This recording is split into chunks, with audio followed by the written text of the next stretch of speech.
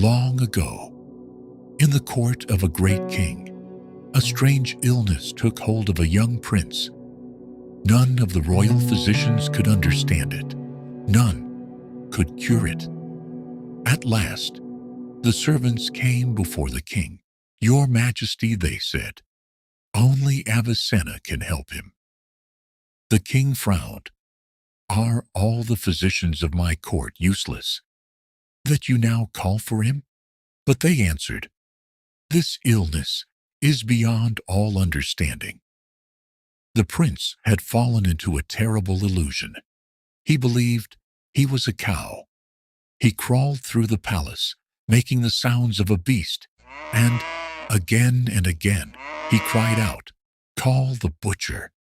Let him come and slaughter me, and make a fine stew from my flesh." Days passed. The prince refused to eat. He rejected all treatment. His body grew weaker, thinner, until he was barely alive. When the king heard this, he was deeply troubled. "Send for Avicenna at once." But when Avicenna heard of the prince's condition, he did something unexpected. He sent a message. "Tell the prince," he said, "the butcher will soon arrive to slaughter him."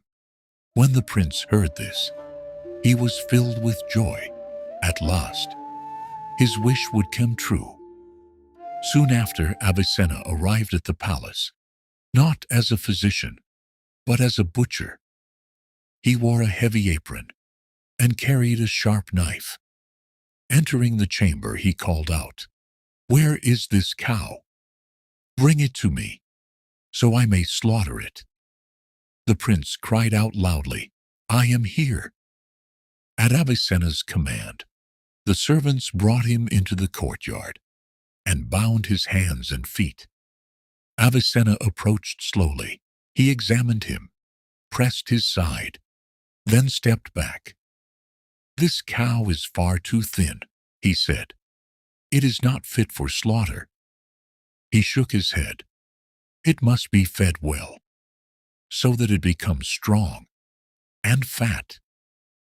Then he turned to the household and said loudly, so the prince could hear, "Untie him.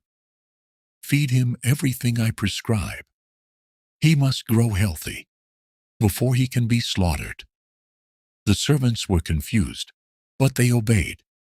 They brought food to the prince, and Avicenna quietly mixed medicine into his meals. The prince ate eagerly, day after day, hoping to grow fat enough to be slaughtered. Slowly, his strength returned. His body recovered, and little by little, his mind began to heal. Under Avicenna's guidance, the physicians continued the treatment, and after a month, the prince was cured. Sometimes, to heal the mind, one must first enter its illusion. Only then can truth lead it back. And that is what life teaches us.